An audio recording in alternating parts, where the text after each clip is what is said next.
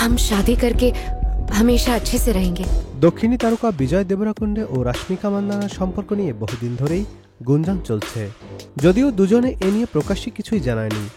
তবে ভক্তদের কৌতূহলের শেষ নেই।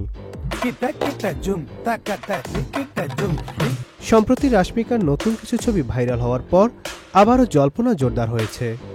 ছবিগুলোতে রাশ্মিকাকে দেখা গেছে সাদা শার্ট ও নীল জিন্স পরা এক স্নিগ্ধ লুকে, চোখে রোদ চশমা। কিন্তু অনুরাগীদের নজর পড়েছে অন্য জায়গায়। নায়িকার অনামিকা ঝলমল করছে হীরের আংটি। ভক্তদের ধারণা এটি আসলে তার বাগদানের আংটি। আর সেখান থেকেই প্রশ্ন উঠেছে, বিজয়ের সঙ্গে কি গোপনে বাগদান সেরেছেন এই অভিনেত্রী? ওয়ালটন এখন দেশের সীমানা পেরিয়ে পৌঁছে গিয়েছে 50টিরও বেশি দেশে। ওয়ালটন, ঘরে ঘরে, বিশ্বজুড়ে। রাশ্মিকা ও বিজয়কে বহুবার একসঙ্গে ঘুরতে দেখা গেছে, যদিও তারা কখনো সরাসরি যুগল ছবি ভাগ করেননি। তবে একই জায়গায় তোলা আলাদা আলাদা ছবি ভক্তদের কৌতূহল আরও বাড়িয়েছে।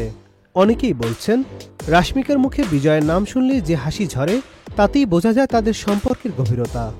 অন্যদিকে বিজয়ও একবার জানিয়েছিলেন তিনি সম্পর্কে আছেন, তবে কার সঙ্গে তা প্রকাশ করেননি।